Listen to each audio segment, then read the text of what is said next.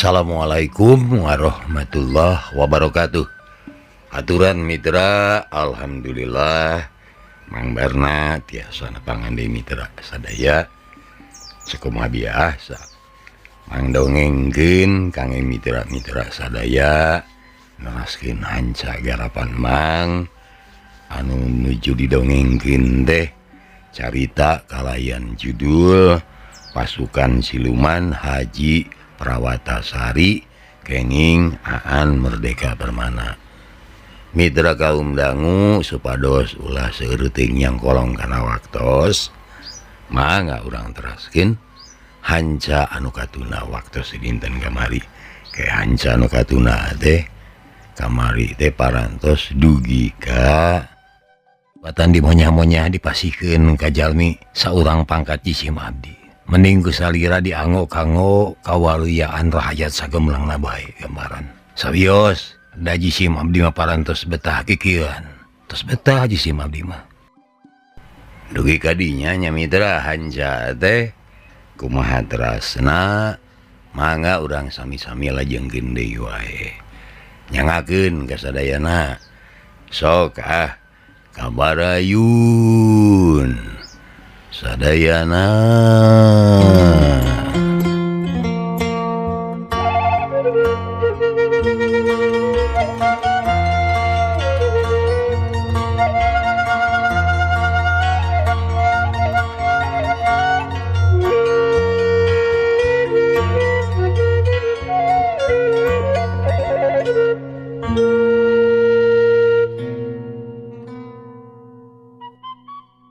Mitra kaum dangu eta Kanjeng Dalem Wiratanu mungu helok ku paripolah sanaya dugikeun ka teu tiasa kedah nyarios naon deui. Itu mung, ya mung ari geus sedek jadi naon sia cicing di Cianjur. Saraya saur Kanjeng Dalem bakat ku bingung. Da jisim abdi mah moal teu betep di dieu. Malih mah ayeuna oge sakantenan bae bade amitan. Margi kabiasaan jisim abdi mah tara betah bumen-bumen di hiji tempat. Kitu bae ukur nutur-nutur indung suku. Henteu puguh anu dijugjug gambaran. Ceuk sanaya bari cedok nyemah. Kanjeng Dalem Wiratanu teu tiasa cacarios deui. Rubina anjeunna sadar yen harita teh nuju mayunan hiji jalma anu boga patekadan nu hese dionget-onget ku Pangolo. Tepikeun ka sanaya amitan rek undur ti Cianjur. Kanjeng Dalem mah teu cacarios naon-naon deui. Kajaba ukur neuteub sanaya ku teuteub anu teu bisa katebak naon maksudna ku pikir sanaya. Mitra kaum dangu basa sanaya pareng ngaliwat ka Kaputren. Ku kabeneran di pakarangan hareup aya Nyi Mas Sumirat keur jalan-jalan nyeusup seungitna kekembangan anu dipelak di dinya. Sanaya munguh kagenam da kumaha teu rek kitu sabab di palataran Kaputren teh tetenyoan teh meuni sakitu endahna. Aya kurung manuk ngajajar dieusian ku rupa-rupa manuk anu recet di sarada. Palataran teh di amparan ku jujukutan anu hejo ngemplo. Kajaba sawatara bagian anu di balai paragi leumpang. Kawas harita kapan Nyi Mas Sumirat oge keur jalan-jalan diiringkeun ku sawatara emban. Kembang goyangna mani oyag-oyagan ting borela katojo cahya panon poe isuk-isuk. Katingalina teh keur sukan-sukan sabab sakapeung Nyi Mas Sumirat teh tutunjuk kana sapasang kukupu anu keur eundeup dina kekembangan. Tuh nya mani bagja pisan ari kukupu. Mani lucu. Gara tingali boh bikangna boh jaluna mani hese dibedakeunana. Da eta pedah jangjang warna-warni. Tah kitu kudu nama jodoh manusia oge. Duanana saimbang alusna, duanana saimbang ajena. Mas mah babandingan anaknya jeung Mas Deui. Cek Nyi Mas Sumirat nyarita ka pangasuhna. Rengse cacarita kitu Nyi Mas Sumirat ngareret kagigir. Manis siga anu kaganggu dume harita kasampak aya sanaya. Teh kanaon ka dieu? He tukang kuda. Nya saha atuh ngaran teh? Umar Maya nya. Cek Nyi Mas Sumirat tumanya, tapi ari panonama hare-hare ka tempat sejen. Jisim abdi mah pun sanaya nun. Sanes Umar Maya temal sanaya hormat. Kumaha? Umar Maya pancek tadi ge. Sanes namun Umar Maya nen Umar Maya jisim abdi mah sanaya nemalanana ka mana karep. Kagok lieur. Manya Umar Maya kieu. Nya Umar Maya teh beungeut nama siga bodo-boloho cek ki juru carita ge. Tapi da ari pangabisana mah alus, jeung ari hatena mah alus. Tapi pek we eta mah kumaha sia Umar Maya. Cek Nyi Mas Sumirat anger teu daek neuteut ka sanaya.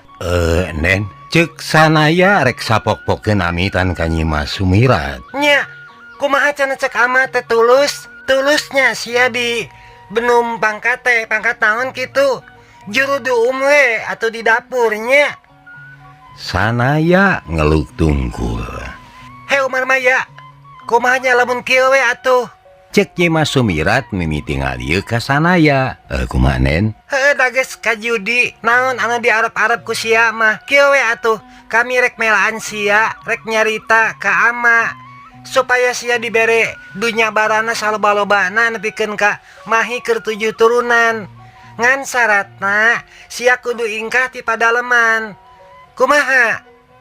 Cek Nyi Mas Sumirat ngadenge caritaan eta putri anu geulisna kawanti-wanti endahna kabina-bina teh sanaya mah ukur mesem. Tuh boga pisan sia.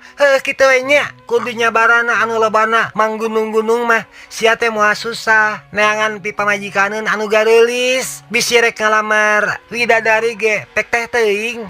Geuning aya Kang Sena ka dieu. Leuh haturan Kang Sena. Hayu atuh elingi di Paseban. Urang tuang leuit saaya-aya gerayu. Cek Nyi Sumirat langsung minahkeun perhatianana sabab kadinya datang Kisena.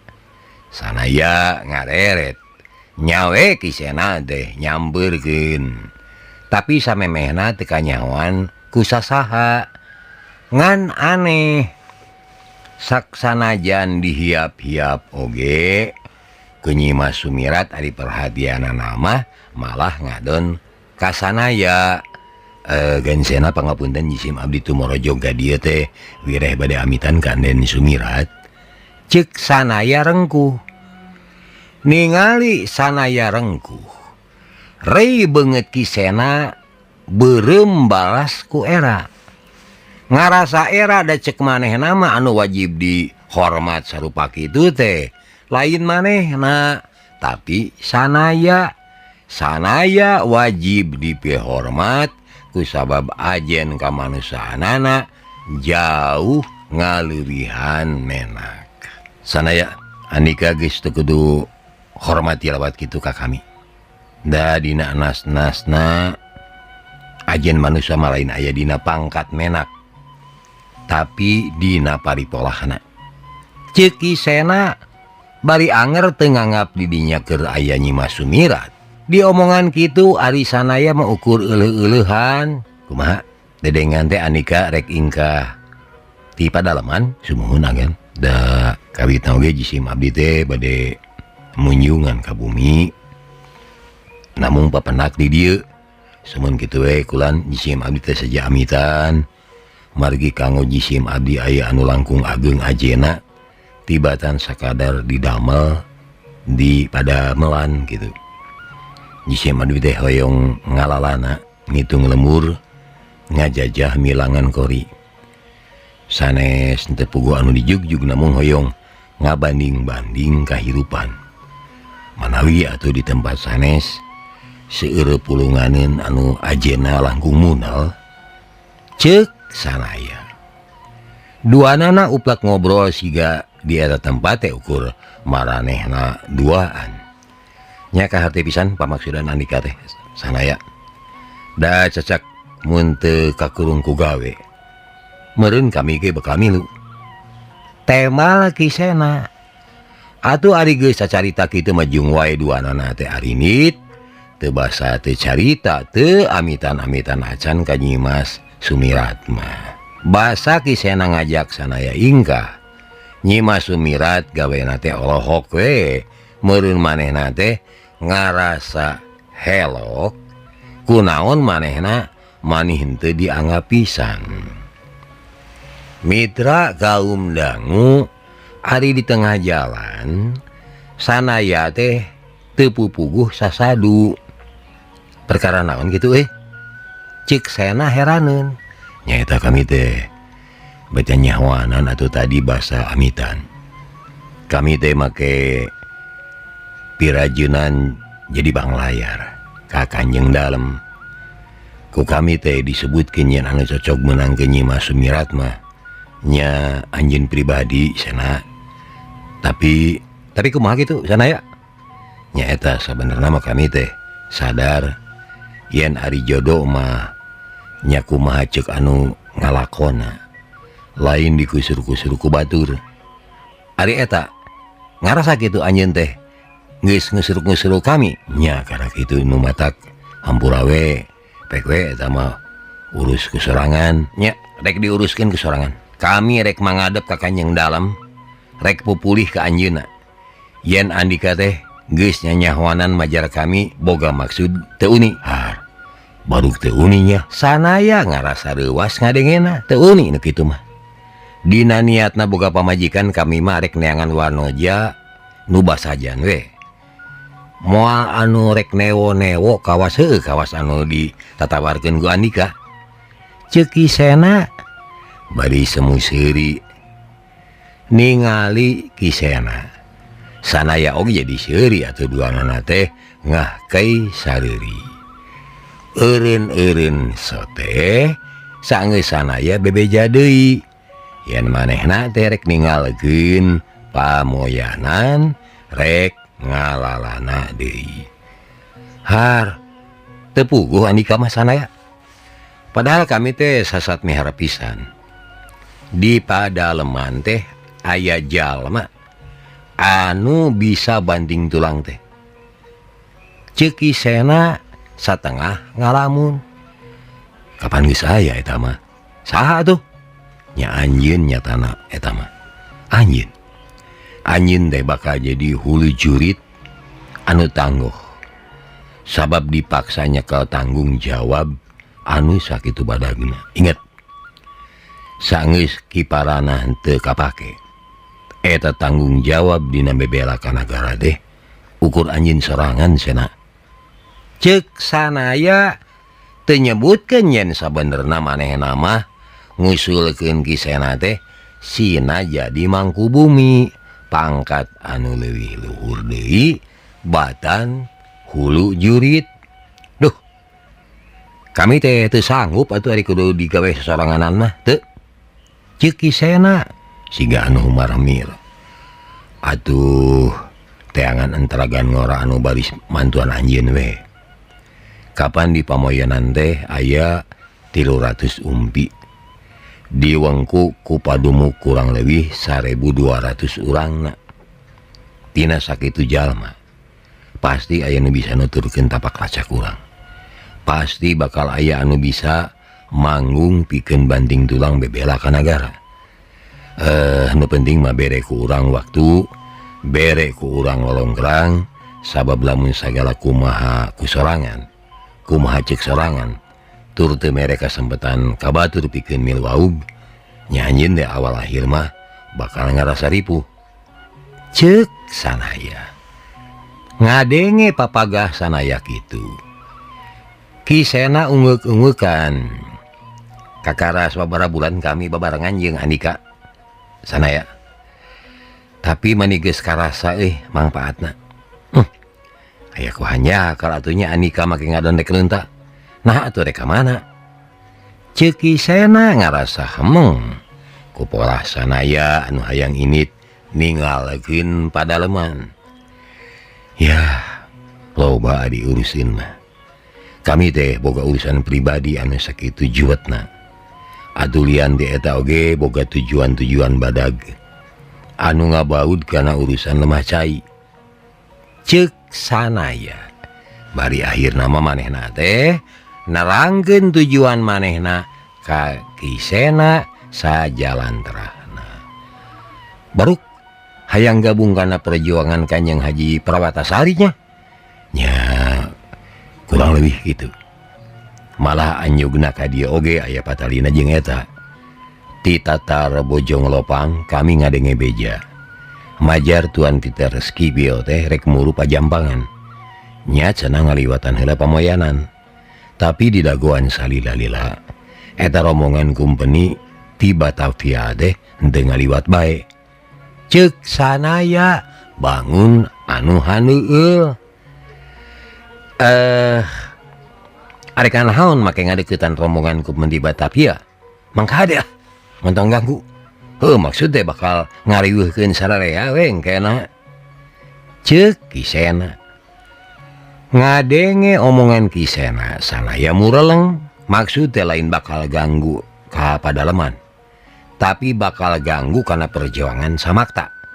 Anjeun kudu nyaho.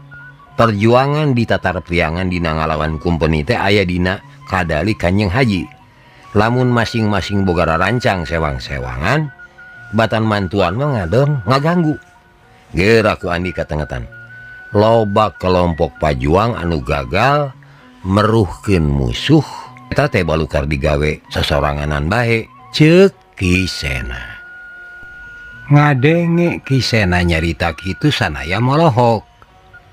Nah anjeun bilu kana perjuangan Kanjeng Haji atau henteu? Ceuk sanaya siga anu nalungtik. Teu bisa ngajawab ayeuna.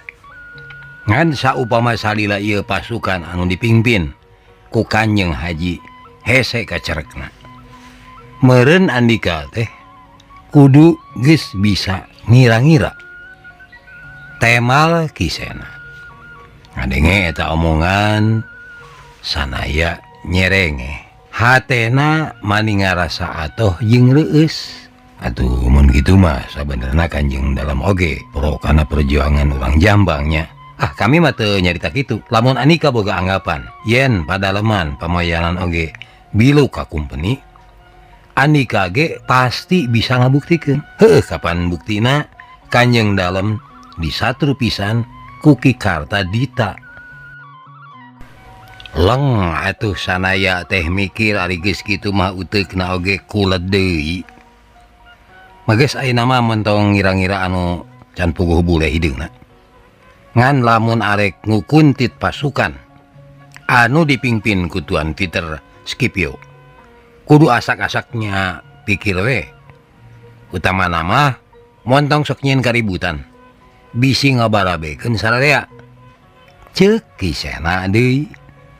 Di omongan kitu teh sanaya ungeuk-ungeukan. Tapi adi Andika nyaho teh. Iraha jeung di palabah mana rombongan Tuan Peter Skibio miangna ka pajampangan teh.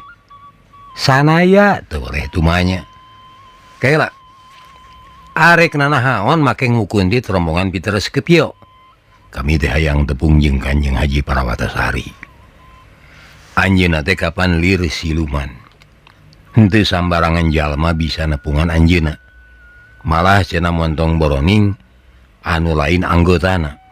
Dalah anu geus jara di anak buahna oge ukur sawatara urang bae anu kungsi jonghok mah. Anu sajena mah paling ukur hubungan jeung bawahanana bae. Saperti kami sawatara waktu ka tukang. Kapan make kabiluyungan tepung jeung bawahan Kanjeng Haji anu limaan. Anu sok kumpul di Poncrot Gunung Goyang Ganasoli. Ceuk sanaya. Ngadenge omongan sanaya. Kabireungeuh beungeut kisena bangun anu reuwaseun.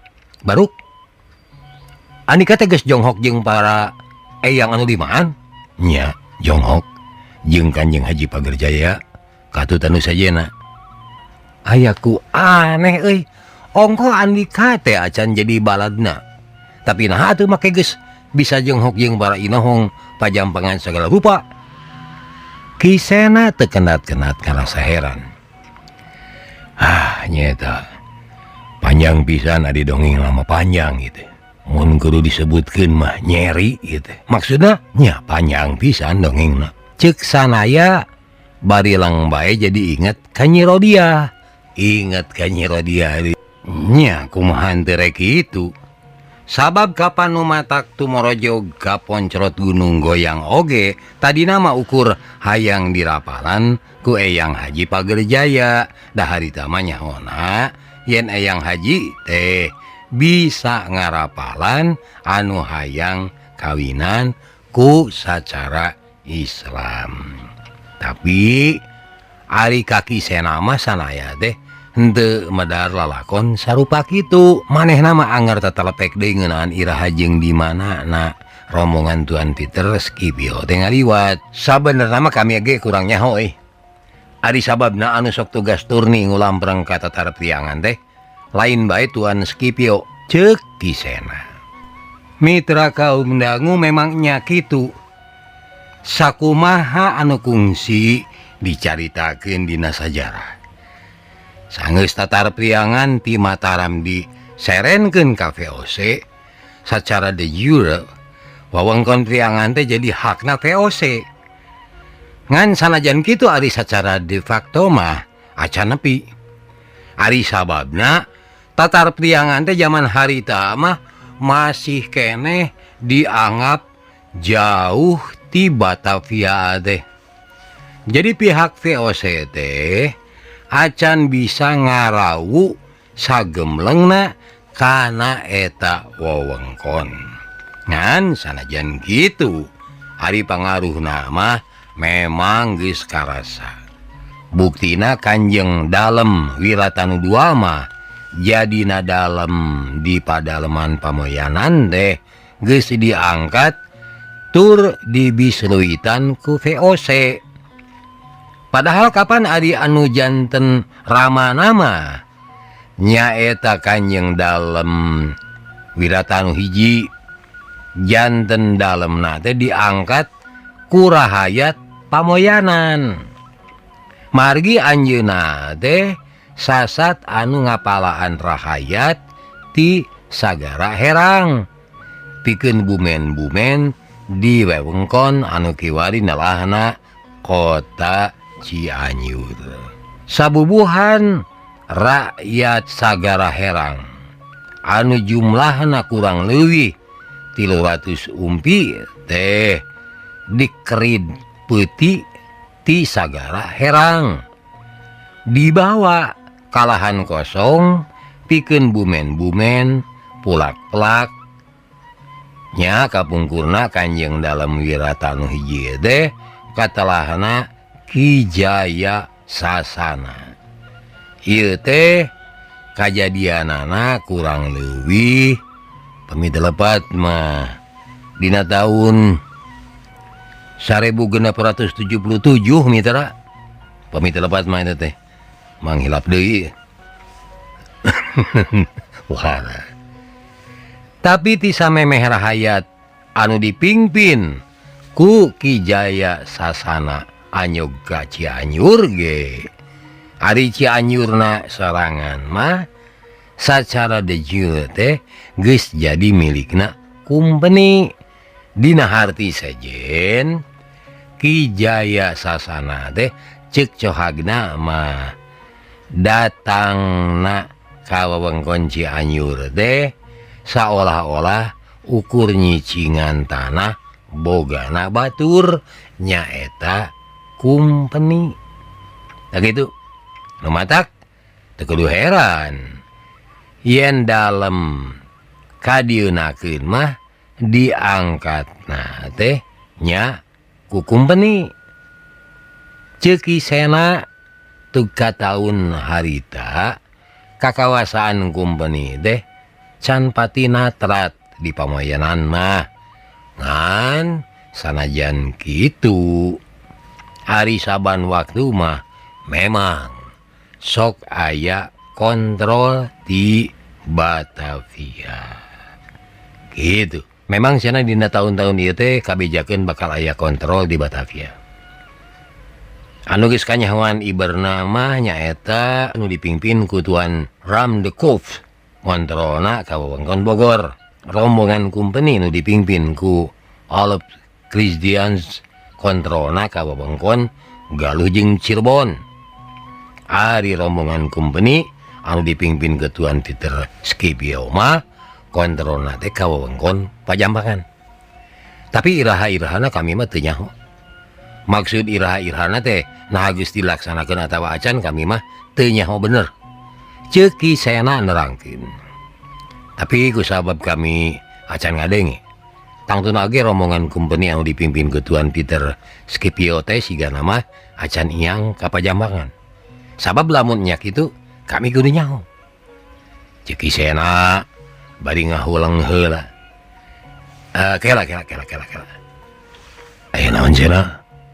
Minggu kamari geus aya deui surat ti Gubernur Jenderal VOC. Eta surat kudu geus diemarkeun deui. Eusina miwarang Kanjeng Dalam malar ngahukum gantung kakaraman anu kumawani ngacaukeun katengtreman tatar priangan. Kitu cenah. Ieu ukur netelakeun yen di wewengkon priangan sejenna mah kaayaan teh beuki harengheng. Ceuk Kisena hariwang. Sanaya kerung, kami hariwang. Rombongan Tuan Peter Scipio rek nyieun tindakan kejem ka rahayat Pajambangan. Nah make gitu sana. Sanaya tumanya hariwangin. Sabab Kanjeng Haji Prawatasari teh tarojolan ti Pajambangan. Ayeuna nguwak ngawi ku bae di satatar priangan. Numatak mun ditapungkeun jeung bewara ti Tuan Gubernur Jenderal siga-siga kana kitu sangkaan teh. Ceuk Kisena deui. Ngadenge omongan Kisena leng sanaya deh napi ka ngahauleng atuh mitra. Ngahauleng upama kitu mah meureun kami teh kudu nyang ka Pajambangan. Ceuk sanaya lir nyarita kasorangan. Tapi omat, mun andika arek ka Pajambangan, montong gagabah nyieun kaributan.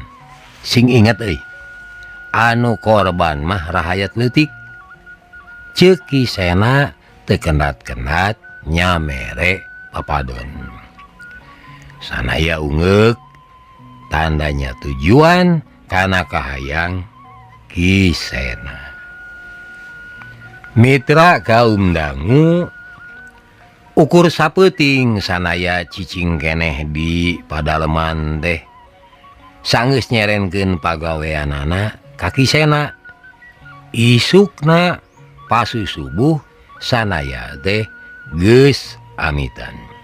Hamburanya kami teh ukur ngaririweuh bae cicing di padaleman teh. Ceuk sanaya nya kalantak-tak Kisena. Yah, sabalikna kami teh sabenerna mangarasa era ku andika teh. Ukur sebutan bae kami teh teueuh menak. Tapi ari paripolah mah henteu nemongkeun menak. Ceuk Kisena semudah reda sabab rek pisah jeung sanaya.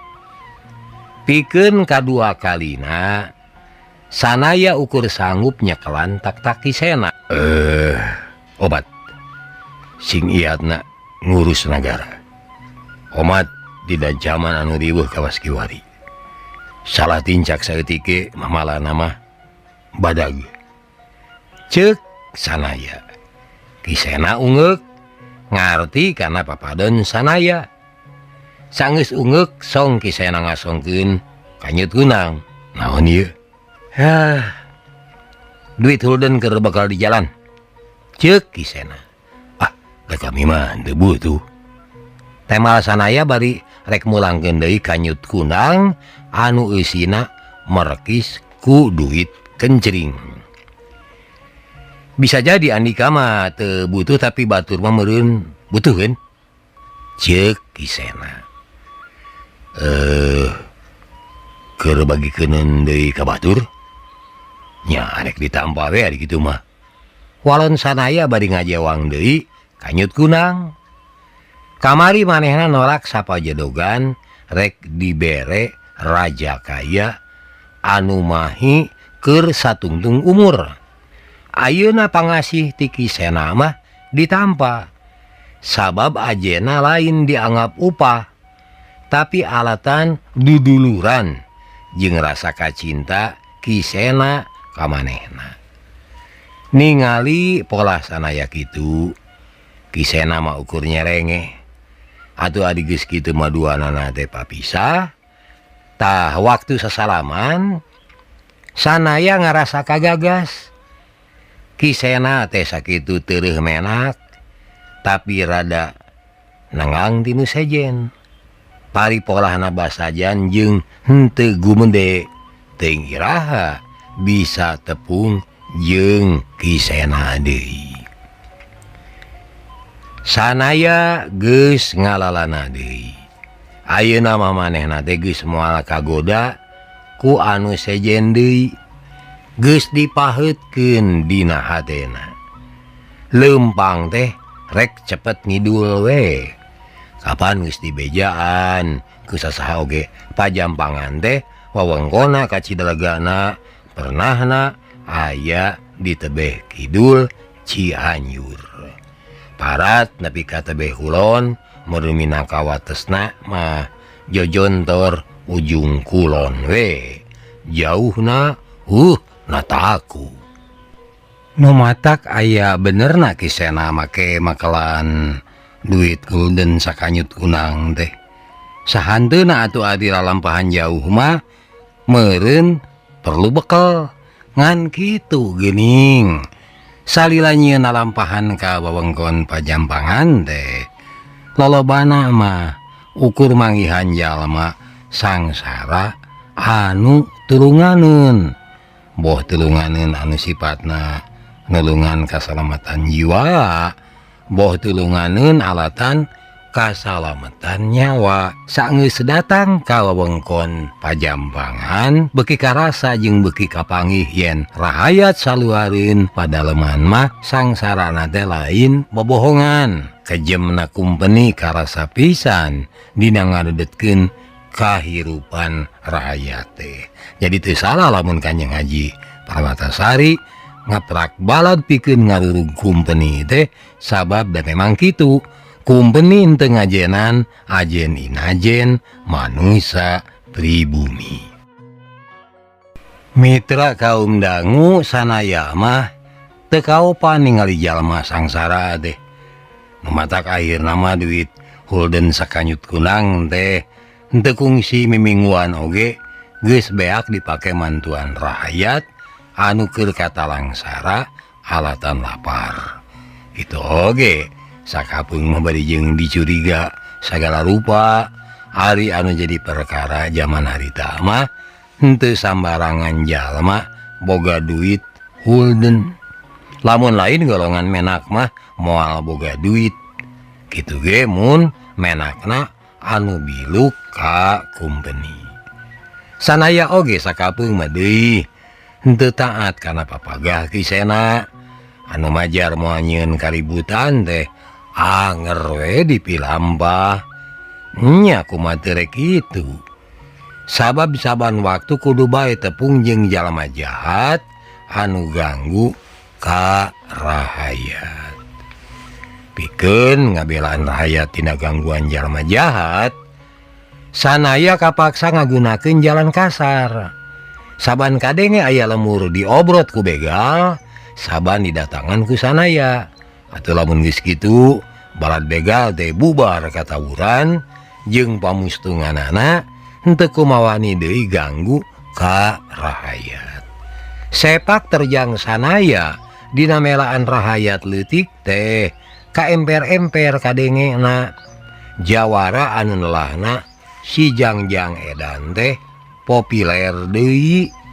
Atuh dina bulan-bulan eta mah di wewengkon pajampangan teh sohor ngaran si Jangjang edan.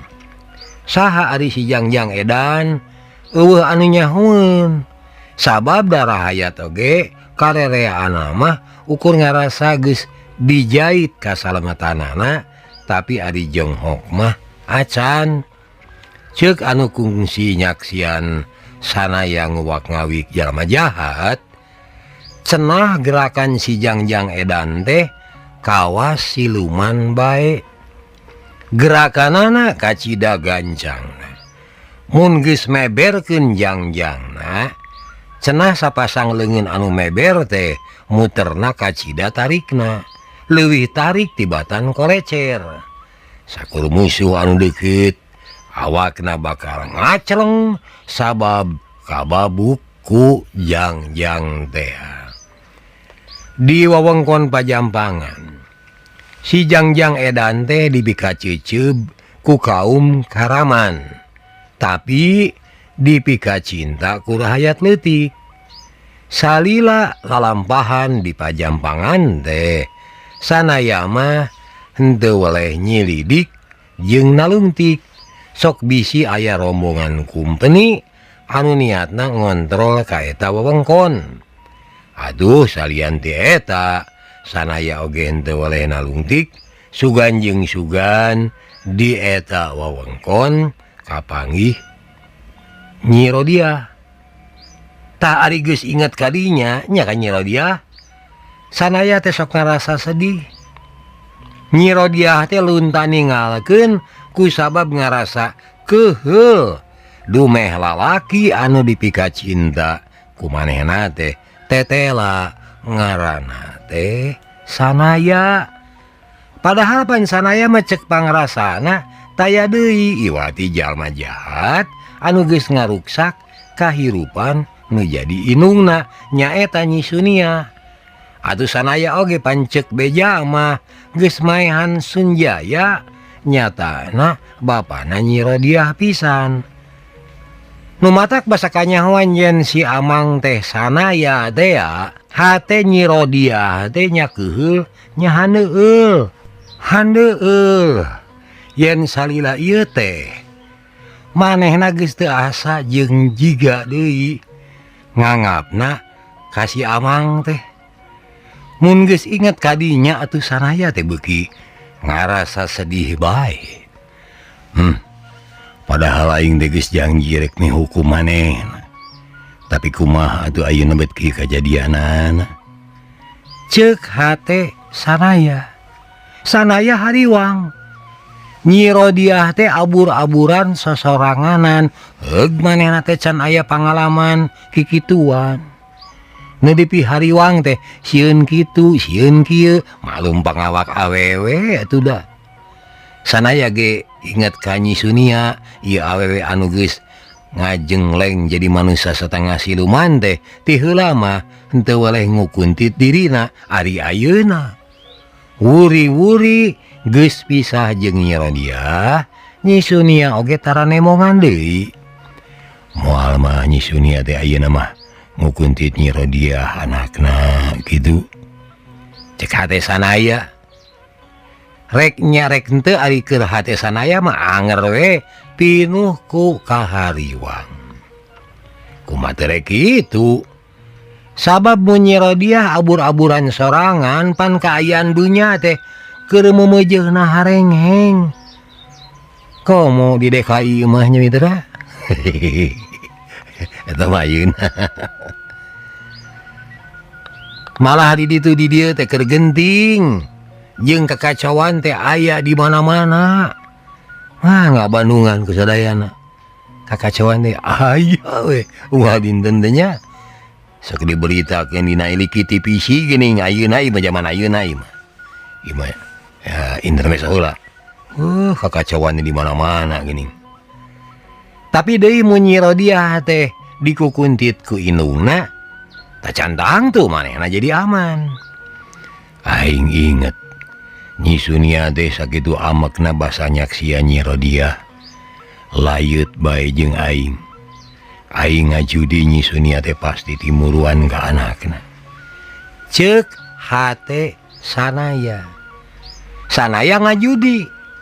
Nyi Sunia teh aya keheul aya haneueul jeung meureun aya rasa timuru sabab kapan tadina oge sanaya teh geus janji rek mihukum manehna wuri-wuri teu jadi sanaya teh betreurejengan jeung anakna. Aduh kumaha rek henteu sabaleun meureun sasaat anu indung direbut ku anak malah kasaksian pisan keur dirungrumna.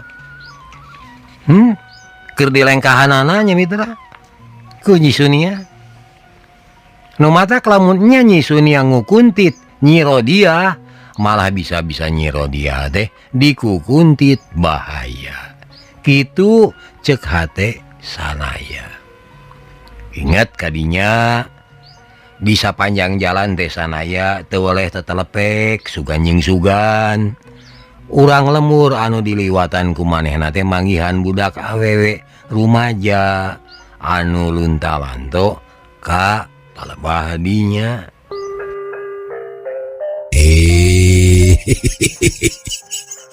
Cager harta mitra hanya kal kabujeng nengnong hatur nuhun kana perhatosanana insyaallah enjing tepang dangu deui billahi taufik wal hidayah. Assalamualaikum warahmatullahi wabarakatuh. Ciao.